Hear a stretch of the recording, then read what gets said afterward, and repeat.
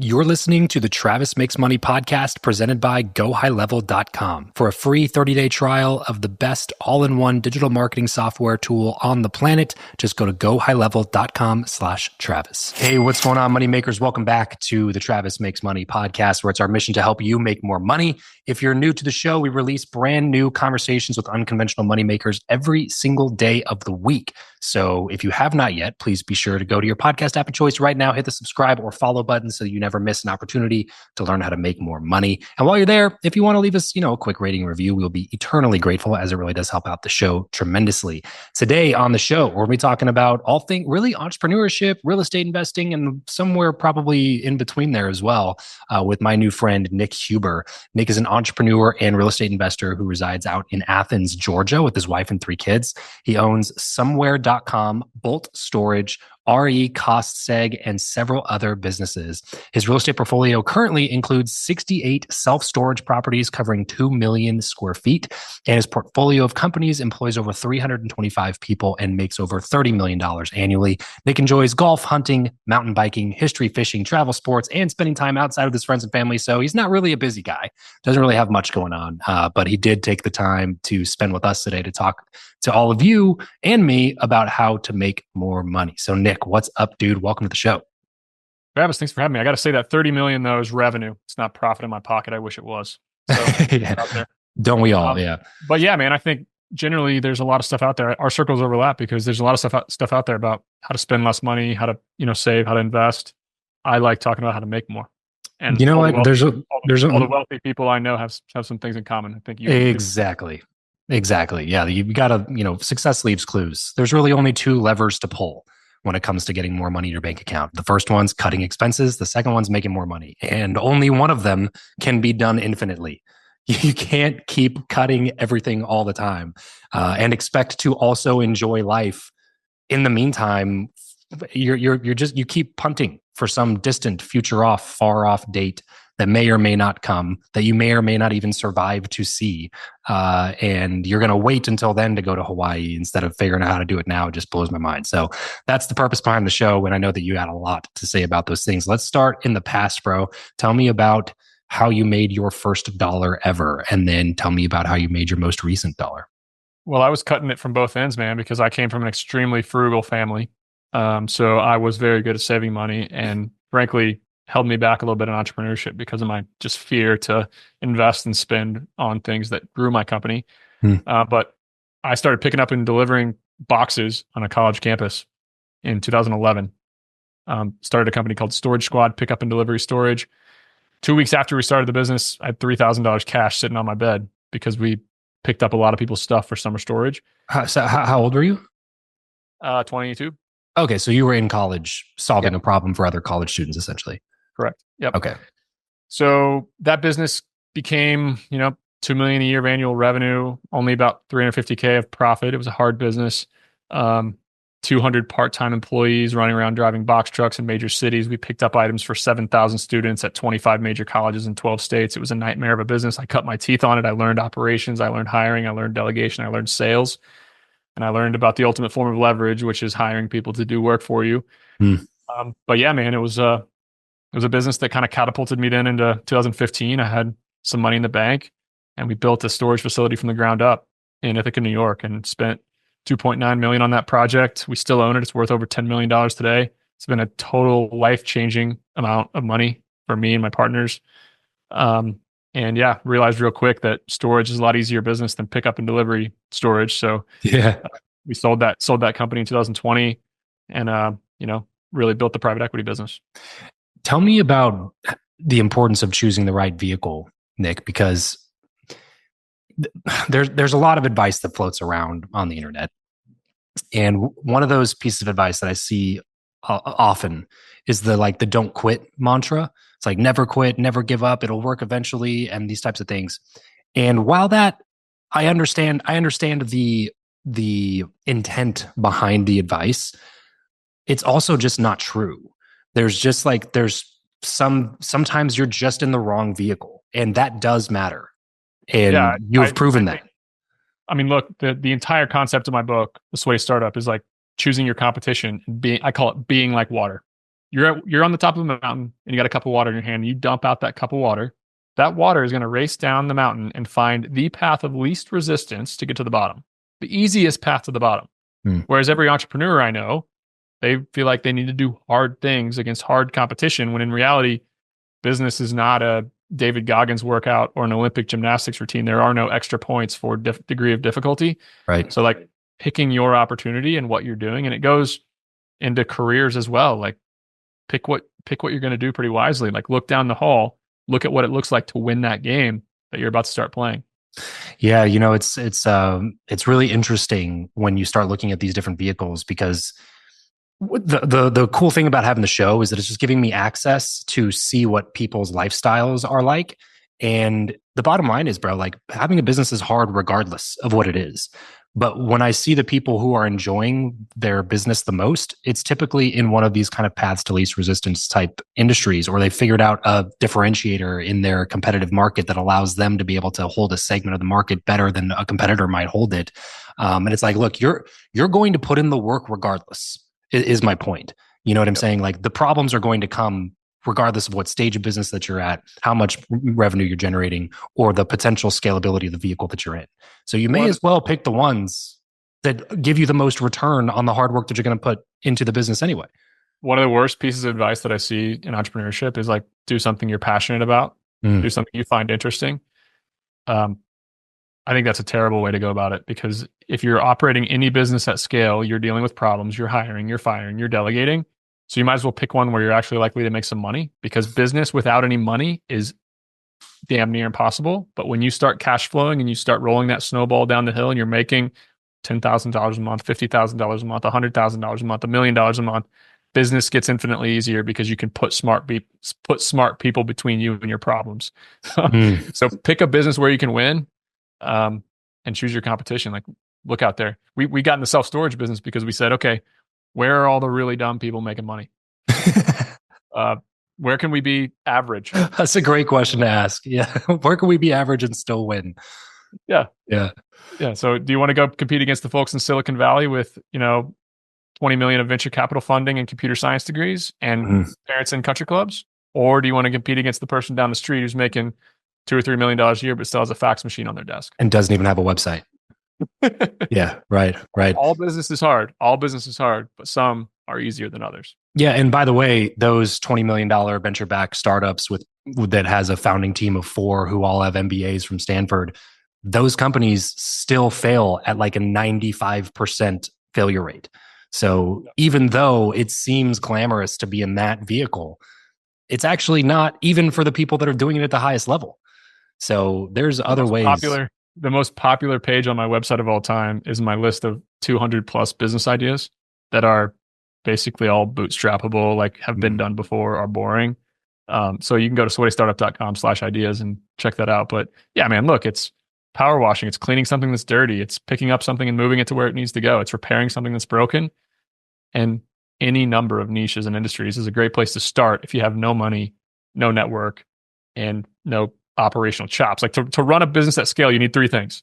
You need cash, because doing it is expensive. Hiring is expensive, investing in everything. You need a network of people you can hire, people you can sell to. And then you need to actually know what you're doing. You need to be able to make decisions and run a company. A lot of people have none of those 3 things. Yeah. My first business, Storage Squad, was about me acquiring those 3 things. In that business, I acquired operational chops. I acquired enough cash to build a storage facility, and built a network of some people who could work for me and work with me. Yeah, I saw a post you put out on Twitter/X, whatever you want to call it, today, that was talking about the big lessons that you've learned in real estate acquisition, primarily. And the one piece of advice on there that I thought was like, oh, that's interesting, because it conflicts with the majority of other advice that you see around the internet, which is always something I'm interested in, was that you said it is always better to have cash. If you don't have cash, go do something to make more cash first before you put money in real estate. But like, there's so many other people out there that are like, you don't need cash for real estate. You can do it with no money down. You can do it for other people's money and blah, blah, blah. So what led you to make that post about that?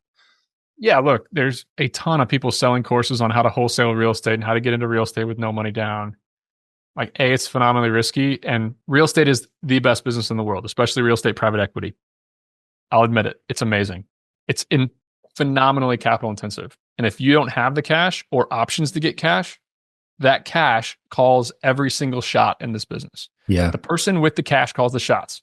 So if you got no cash and only 2 people to go after for cash, those 2 people are going to call the shots. If you got no cash and 400 people who have cash that want to invest in you, you still call the shots, but very few people find themselves in that situation.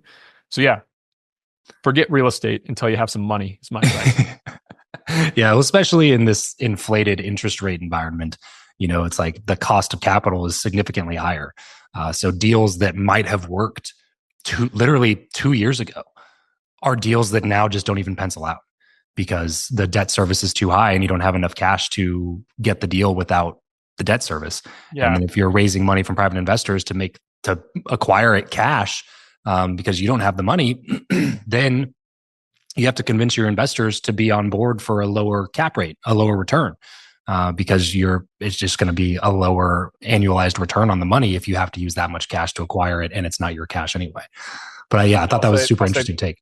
Real estate has been really hard the last 2.5 years, which makes it a really good time to get into the real estate business, whether it be a broker, an appraiser, a syndicator, a deal hunter, property management company person, because a lot of the weak players are washed out because the last 2.5 years have been brutal.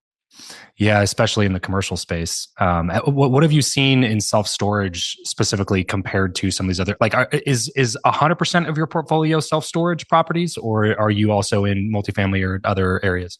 We have one industrial building and a second industrial building under contract. Okay. It's a good business as well, but we are 98% storage. Look, it's a great business. I've never seen a storage facility go bankrupt that didn't have a bunch of debt on it. That's how good of a business. That's how good of a business it is. But everybody knows what their properties are worth, and when debt service goes up, and they still want 2021 prices for their properties, it makes it really slow, and it's a grind from an acquisition standpoint. So I feel it turning though. So if somebody's considering getting into the storage business now, I'd say your timing is going to be good, because literally 9 out of 10 players who are fair weather storage investors have moved on to other things. Is that just because of the interest rate environment, or is there other reasons for that? Yeah, like the last 2.5 years have been brutal. Like transaction volume way down, occupancy rates down a little bit. People spending more money to lease up properties. So yeah, but there's still a lot of from what I understand anyway. I'm fairly green on this stuff, but from what I understand, there's still a lot of meat on the bone in terms of mom and pop shops. There hasn't been an epic consolidation of self-storage into a few private equity groups, right? It's still somewhat fragmented. The problem is that you can underwrite. Underwrite means like tell what a building's worth. I can tell what a self-storage property is worth in 5 minutes anywhere in the country, and so can everybody else. So what you have is a bunch of cold callers calling all over the country, small facilities, medium facilities, large facilities, and they can look at the unit mix, they can look at the location and say, hey, that property is worth 1.2 million. So when that's the case, and you can scale a business that well and operate remotely and do all the things that we do at our business, so yeah, is there meat left on the bone? There's way more meat in nittier, grittier businesses like industrial and some of these other businesses where you have to know a local market to play. Yeah. Gotcha. Because it's just more consolidated to a local area. Fewer, there's less competition by definition. Right. And there's only 50,000 storage facilities in America. So you can download that list of 50,000 and you can start a Filipino cold calling them one by one. And next thing you know, as a storage owner, I get 45 cold calls a day to sell my properties. Oh my gosh. That's crazy.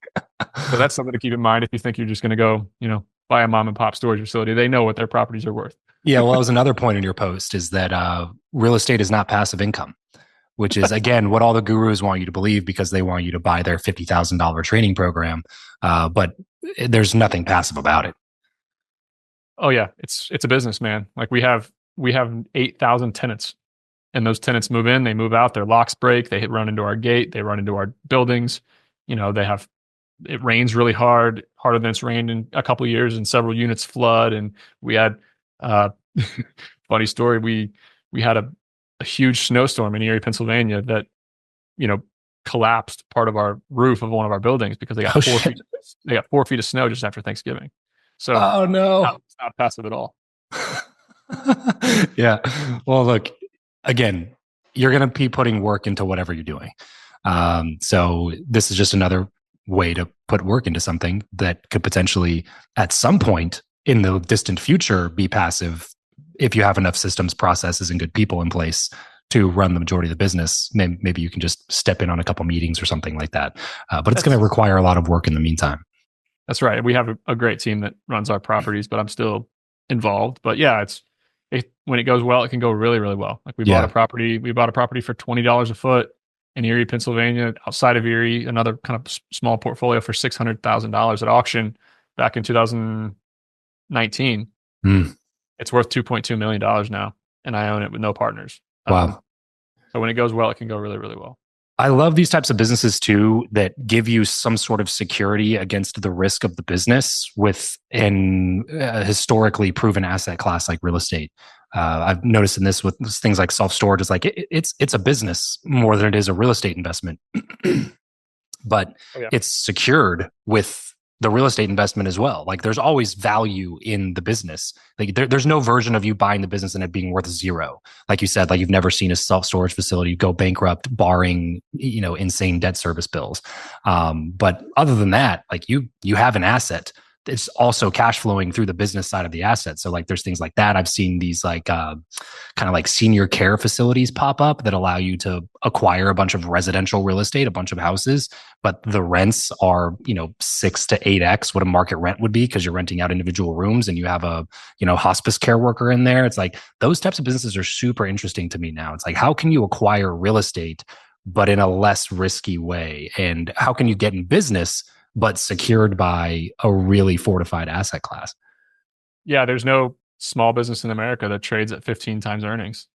But real estate does, self-storage does. I bought somewhere.com for 5 times earnings. Bought it for $52 million. It was making $10 million annually. Wow. So because it's way riskier. It's way riskier. There's no people paying recurring rent inside of a physical building that you can see, you can sell, you can redevelop, you own the land. So yeah, like you increase profits in a storage facility from $5,000 a month to $20,000 a month. Massive, massive values created because your property is worth 14, 16 times, annual profit. Yeah, that's a crazy number. Like these are multiples that are typically in that full circle Silicon Valley startup world. Is though you see those types of multiples that exist there, but to be in like a safer, secure, always needed service like that and have those types of multiples to be traded, like that's insane, dude. I didn't even realize that. Talk to me about Somewhere. What was the purpose behind that? Is this part of the private equity portion of the business? Like you guys are actively looking to acquire more businesses like this that are not necessarily self-storage? No, it's a secondary entrepreneurial venture of mine. So I have a partner, Dan, who runs my real estate portfolio with me. This was me branching out on my own. Dan's just an investor in it, but I raised $20 million to buy controlling interest in Somewhere. We closed that on May 1 of last year. So, okay. It's a recruiting company that finds international employees for US-based businesses, generally saving 70-80% on payroll. Yeah, I remember actually looking into you guys for the software company that I was running at the time. And what I really liked about it is that it wasn't a race to the bottom in terms of like, I'm looking for a $3 an hour VA to handle administration tasks. It was like, this is like real talent. These is like A-list talent. It's just costing me 1/4 of what it would cost me if I had them here in the States. Yeah. Head of finance in Colombia, an attorney in Brazil, head of sales in South Africa, high ticket sales closers in South Africa, financial analysts in Egypt. So yeah, people think VA, they think of a Filipino that's going to, if you press 3 on the Bank of America line, you're going to talk to somebody who can maybe process something for you. Right. No, phenomenally talented people who can grow and scale companies. So yeah, across 300 plus employees in my portfolio, there's 20 Americans probably. Oh, wow. Wow. Yeah. So you're following your own advice there for sure. Yep. What about that particular business was interesting to you versus the myriad of other potential acquisitions you could have made at that time? It just came to me at the right time, man. I think the interesting thing was, like, you never have permission and the timing is never right to make a big deal. So when it crosses your lap, like sometimes you just got to get uncomfortable to buy what you consider to be a great business. And The timing was not correct. I had never raised $20 million. I'd never taken over operations of a company that large with 160 plus employees. My partner just approached me and said, "Hey, Nick, I'm thinking about selling 51% of this business. Like, do you want to sell half of your shares?" And I was like, you know, kind of want to be the one who buys your shares instead. Wow. Was what was your gastrointestinal tract doing around that time? My cortisol levels were 32. So normal range is like 10 to 14. Yeah. That about sums it up. Super stressful. I mean, yeah, like when you're doing a big deal, like it's difficult. Has there been a helpful frame for you to think through those types of problems? Yeah, it's experience making decisions over time and like the stakes going up as you prove yourself as a decision maker and as a leader. Like I have 10 years of experience running a company, making investments, buying a business, leading people. That just gave me reinforcement I needed to either to know what I didn't know, to be humble enough to know what I didn't know, and also be confident in myself enough to take a big swing. But I tell you, to do a big deal, it's never comfortable. Yeah. But to be fair, though, and correct me if I'm wrong, because I've never done a deal like that before either. It's a little bit easier to put those deals together, from what I understand, because of the size of the deal. There's way more, like the money is much more available to acquire a business of this size than even a company that's doing $500,000, like a laundromat that's doing $300,000 in sales on 10% profit. It could actually potentially be a little bit easier to acquire these massive companies because of the infrastructure that's already set there, the kind of like set it and forget it that's been set up by the founder or whoever the management team was previously. So like securing the financing, raising the money and things like that can actually be a little bit easier when you're playing in that type of a pond, right? They say the deals stay the same, just the dollar figures get larger. And that actually thinking about it here for the first time, nobody's asking that question, but it was harder to raise money for that first self-storage facility in Ithaca, New York, when I was raising 500K than it was to raise 20. It was still a lot of work. It was still 3 months of stress, a shitload of meetings. Sure. 39 people invested $20 million. That's a lot. Yeah. But it was harder to raise money for that very first storage facility when we raised like 500K. So yeah. You're right. The capital is more fortified when it's in a business that's that established. Exactly. Yeah. What are you looking at now? Are there any verticals or any particular industries or niches that you're super excited about on the acquisition side? I bought this is a big deal for me, like buying this company. So I'm focused on blocking and tackling. Bolt storage is also coming into some opportunities with acquisition. Like we feel the momentum picking back up. We're getting really close on some pretty large deals.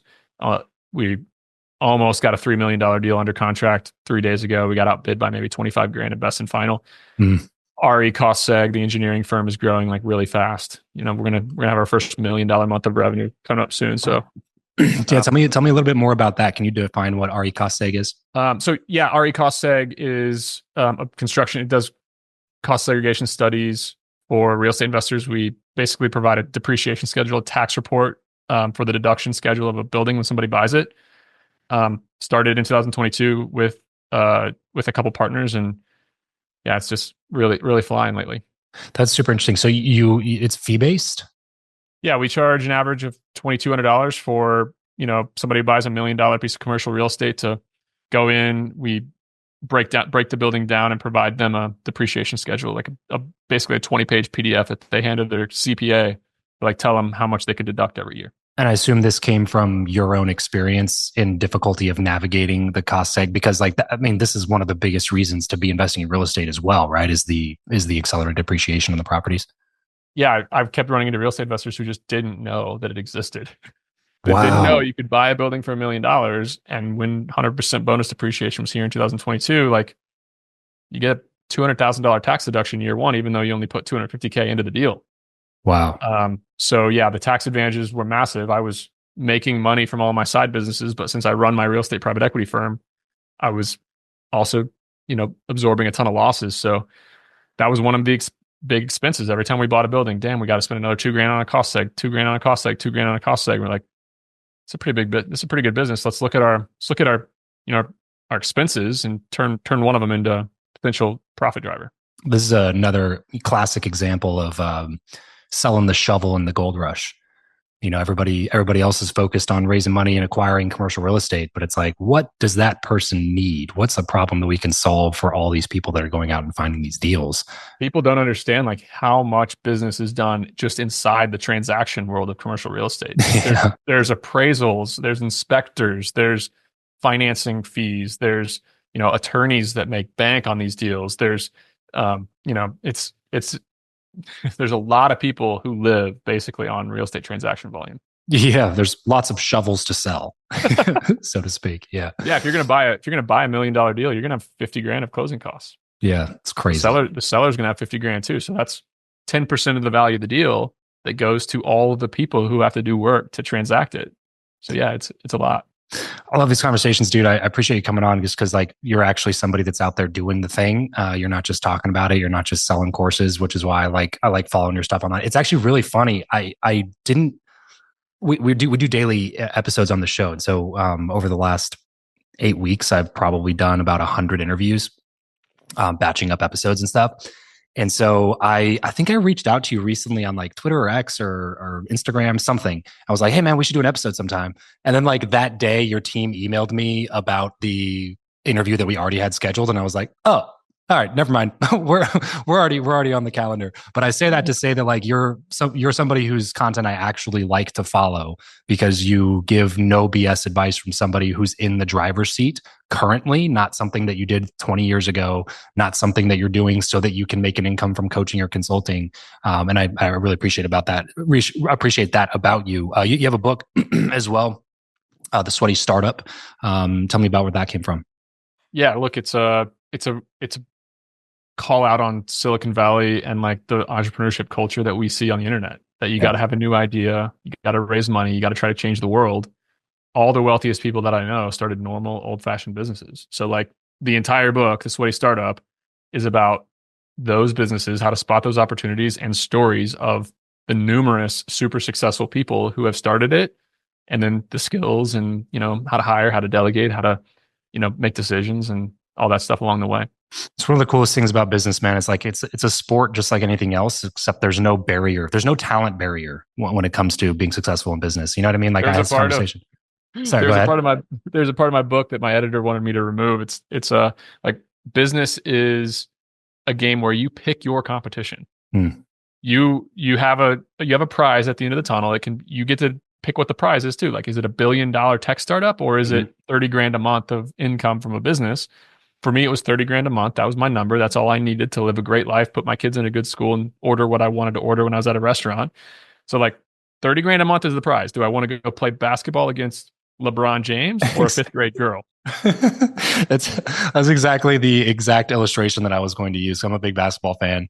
And it's just like, man, you could work your ass off playing basketball your entire childhood, and you're never going to be LeBron James. It just isn't going to work. There's a certain level of innate talent that some of these professional athletes have. Like when you just sit courtside or like you sit on the sidelines of an NFL game and just look at just the mass of people that are standing in front of you, you're like, oh, that's why they get paid as much money as they get paid to do this thing. You know what I mean? And then like the bummer part is that the tier directly below them are getting paid worse than like a sales guy at a software company or something like that. You know what I mean? Like there's 12 white guys in the NBA under 6'4". I don't like those odds, bro. I don't like those odds. So I'm a white dude under 6'4". Yeah. So like, do I really want to play that game? Right. Exactly. You better love basketball if that's the path that you're going to pursue. What you end up being is like the assistant coach who never sees his family at some college who makes $38,000 a year. Yep. You got injured playing overseas, trying to take another alternate path. It's like an entrepreneurship, man. It's a level playing field. The market decides whether or not you can hit that target. And if you can just go out and learn the necessary skill sets, there's no talent barrier. There's no IQ barrier. There's no like the commonalities between all the successful people that I talk to on the show or just in life walking around. They're nothing that we can't install into our own programming if we just put in the work that's required. And that's what makes the game cool to me. Yep. I 100% agree. all the wealthiest people I know, like the ones I see in my life who have the jet sitting in Athens and have the big ass house in Hilton Head and they're members at 7 country clubs, none of them raised venture capital. Hmm. Yeah. And a lot of them don't have MBAs. Oh, yeah.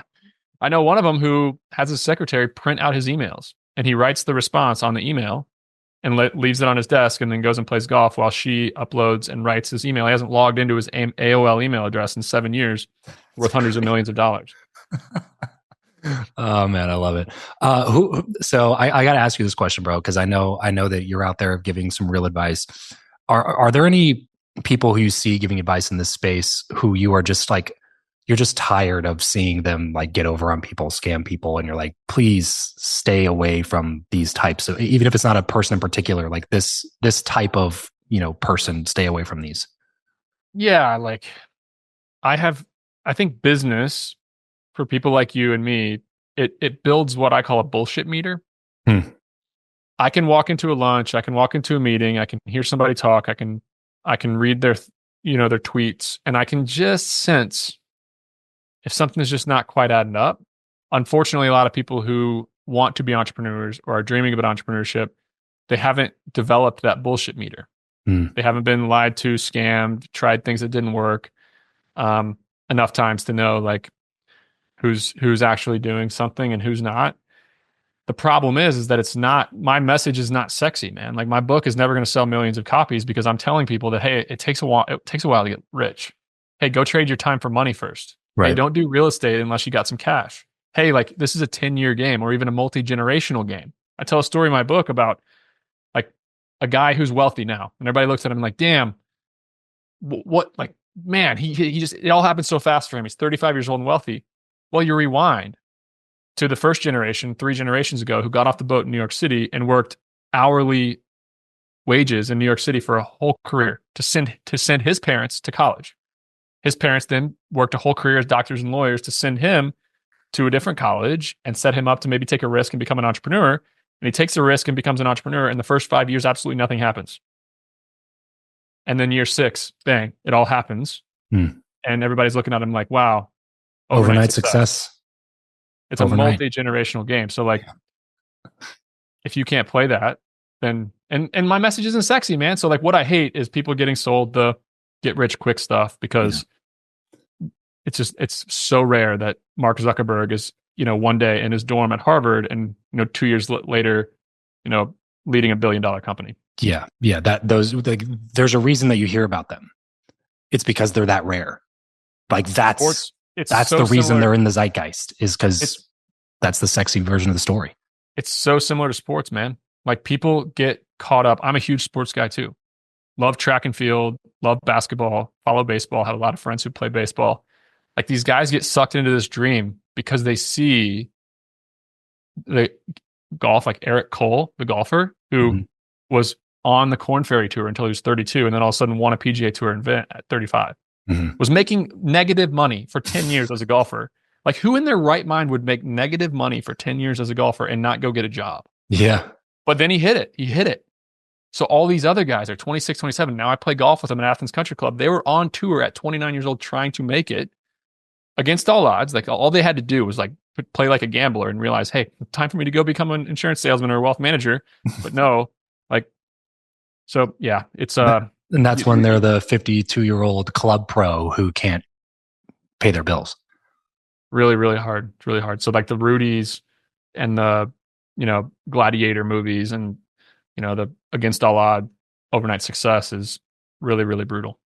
Yeah. Yeah. And it's the punchline is that, bringing this back to the beginning of the conversation, when you talked about like the worst advice is following your passion, it's like we listed off in your bio, in your intro, we listed off an entire list of things: golf, hunting, mountain biking, history, fishing, travel, sports, spending time outside with friends and family.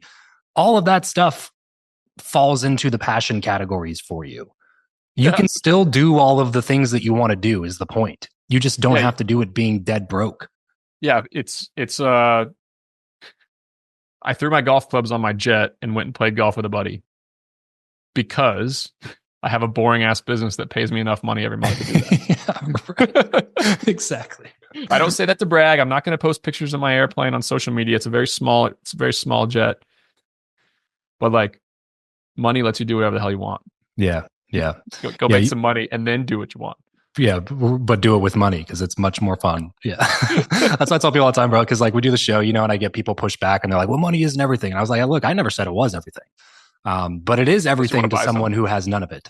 You know what I'm saying? Money isn't everything unless you want to buy something. Yeah, right. And if it is neutral, if it's just a tool, then I would way rather have a lot of it than have a little of it. If it doesn't make me a better person to have more or less of it, then I want more of it because it just makes me have a better life.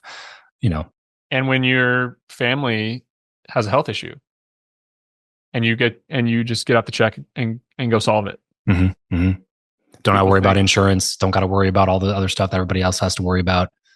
People think like the people who say not having no money, like doesn't matter. It really matters sometimes. And it's just the unfortunate truth of life. Yeah. So people who have more money live longer, they're healthier, they have better relationships on average. Not all the time, of course. Mm-hmm. There's a dark side of all of this, of course. Life is hard for everybody, but I encourage you to make building wealth a part of your life. And I think that's why people are listening to your show. So I think we're speaking to the choir. Yeah, exactly, man. And it brings me directly into our sign off on the show, which every single episode I sign off by saying, remember, money only solves your money problems. It doesn't solve all your problems. Having money will not solve all your problems. In fact, a lot of times it creates a whole new set of problems that you then have to go figure out how to solve. However, it is a little bit easier to solve the rest of your problems if you got some money in the bank. Like it's easier if your mental health is in a really bad spot. It's easier to solve your mental health problems if you have some money in the bank, if you have some cushion, if you have the ability to take some time off and whatever that meditation retreat or a trip to Hawaii with your family or going on the golf course with your buddies that you haven't seen in 4 years. You know what I mean? Like you can't make those decisions if you're worried about how you're going to put food on the table for your kids next month. It just is a little bit easier to solve the rest of your problems if you got the money one already taken care of and figured out. It's the amplifier, man. It amplifies the good and it amplifies the bad. Mm-hmm. So be wise. Well, dude, Nick, thanks so much for doing this, man. I know I've taken up too much of your time, so I'll let you get going here. The Sweaty Startup. Go pick up a copy of Nick's book. As you all know on the show, of course, you want to be disciplined with your finances. Of course, you don't want to go waste money on a bunch of stuff all the time. However, the one thing I always encourage everybody to have an unlimited budget for is books, because people like Nick have learned these lessons to build this type of wealth for himself. And they're compiling all of those lessons and putting them in 250 pages for you to consume. It's the shortcut to everything you want in life. It's the knowledge that you are missing that's preventing you from living the life that you want. So do not pause. Do not hesitate. Just go wherever you buy books and get a copy of The Sweaty Startup. I promise you will not regret it. Nick, thanks so much for taking the time to spend with us today. Everybody else listening, tuning in, remember, money only solves your money problems. But it's a little bit easier to solve the rest of your problems if you got some money in the bank. So let's solve that problem first here on the Travis Makes Money podcast. Thanks for tuning in. Catch you guys next time. Peace out.